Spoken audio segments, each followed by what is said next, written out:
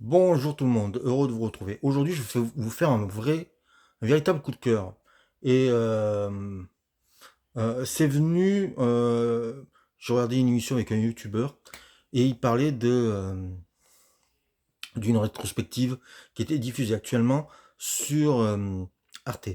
Je trouve que on parle pas assez de la plateforme de Arte. Évidemment, on parle souvent de Netflix, on parle de Prime Video, on parle de Disney+, on parle je ne sais quoi, mais on parle jamais de cette chaîne formidable qui est Arte et qui propose des tas de documentaires passionnants, des films en veux-tu en voilà, des concerts, tout ça, et c'est gratuit. Et c'est gratuit. Alors, l'idée, c'est de vous donner envie de regarder cette plateforme. C'est gratuit, je rappelle, hein. Il suffit juste d'avoir une télé vision connectée. Si vous allez connecter sur YouTube, vous pouvez voir, connecter sur YouTube, pardon, connecté par Wi-Fi, tout ça, vous pouvez avoir cette chaîne et voir plein de séries et plein de choses formidables. Donc actuellement, moi je vais me baser sur ce qu'il y a actuellement en cinéma. En cinéma, vous avez une rétrospective Quentin Tarantino. Dedans, vous avez Boulevard de la Mort, Les Deux Kill Bill, Jackie Brown, je dois en oublier. Et il y a aussi, ils ont mis une planète terreur. Je pense que j'ai tout dit. Je, si j'en oublie, j'en suis désolé. Ouais, je crois que c'est ça. Bon, c'est déjà pas mal. On a un hommage aussi à l'actrice Marion Cotillard. On peut voir un Dardenne de jour et de nuit. On peut voir De rouille et d'os de Jacques Audiard. On peut voir The Immigrant de James Gray. On peut voir Innocence. Et alors là, c'est pas évident de le voir, donc c'est vraiment un événement pour les cinéphiles, c'est de voir Innocence de Lucille Asilovic. Je dois sûrement mal le prononcer, hein. Donc vous avez ça, vous avez aussi les deux brocas. Les deux brocas avant qu'il ait rencontré euh, Jean-Paul Belmondo. Donc on a tous les films avec Jean-Pierre Cassel, qui sont assez rares. Et ben là on les voit. On voit aussi en plus Les Caprices de Marie, qui est un bijou de comédie. On peut voir aussi, alors là je fais un aparté, un documentaire passionnant sur la comédie érotique anglaise. Ça s'appelle A Secret British of Comedy ou Sexy Comedy. Voilà. Ça dure 1 heure et quart, c'est passionnant, ça nous apprend plein de choses. Et pour les amateurs de fesses et de seins, ils seront gâtés, parce qu'il y en a plein.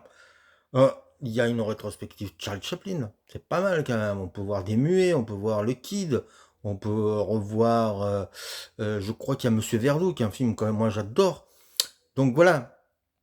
Je crois aussi qu'on peut toujours voir. Alors je cherche parce que il y en a beaucoup en fait et je veux pas me tromper, mais il y a un réalisateur mexicain qui a fait des films des années 30-40 qui sont aussi actuellement, alors je sais pas s'ils sont toujours visibles, mais c'est passionnant de voir le cinéma mexicain d'un réalisateur euh, qui est incroyable, l'égal d'un réalisateur de films noirs comme Jules Dassin par exemple. Et c'est très, alors j'ai oublié le nom, mais il y a tellement de choses. C'est-à-dire qu'en ce moment c'est très pléthorique. Euh, et donc, moi, je vous dis, fouillez, vous verrez des trucs passionnants, des tas ouais, de rétrospectives, de films. Bon, alors, en plus, il y a les films qui diffusent actuellement ah oui, il y a Colin Serrault aussi. Vous pouvez voir Pourquoi moi, vous pouvez voir Romuald et Juliette, vous pouvez voir, je sais pas si la crise y est toujours, mais vous pouvez voir, je crois qu'il y a La Belle Verte.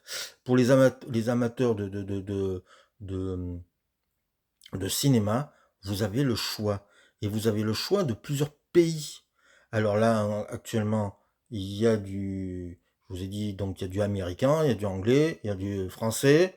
Moi, j'attends qu'un jour ils nous fassent une rétrospective de films italiens, j'en sais rien. Ce qu'ils ont déjà fait, hein. Ils avaient fait plusieurs films italiens de réalisateurs comme Valerio Zolini ou Carlo Lizzani. C'était passionnant, c'était des films qui, qui, qui surfaient un peu sur le côté néo-réalisme, mais qui est donné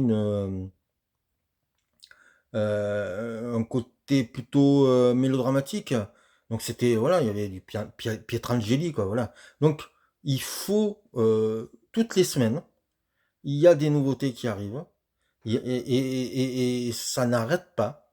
C'est une des chaînes, qui propose le plus de choses. Alors et voilà, parfois c'est compliqué à se retrouver. Ça, j'avoue que c'est pas simple.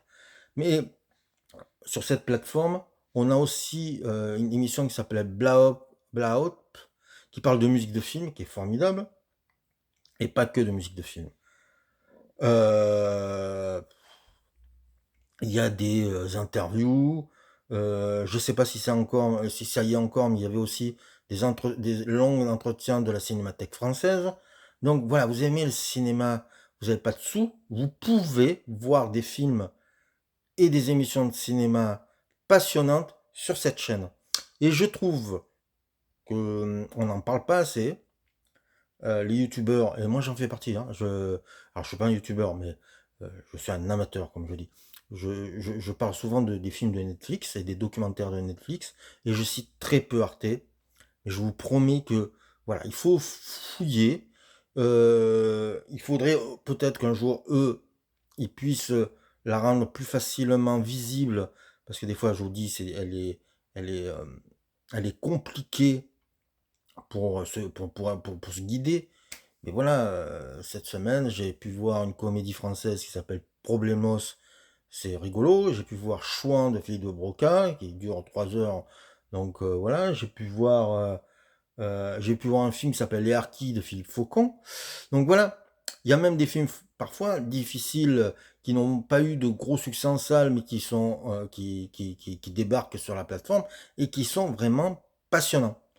Donc voilà, si vous aimez le cinéma, bien sûr, vous n'êtes pas obligé de regarder ça tous les jours. C'est vrai que peut-être parfois c'est un peu, on est dans le patrimoine, mais il y a des vieux films et des nouveaux films. Quoi, des nouveaux films, des films qui ont 2 3 ans. Il faut ne pas avoir peur. En tout cas, c'est un bon moyen de faire sa propre cinéphilie. Donc, gros coup de cœur, gros coup de projecteur sur la plateforme de Arte, et merci pour ce que vous faites.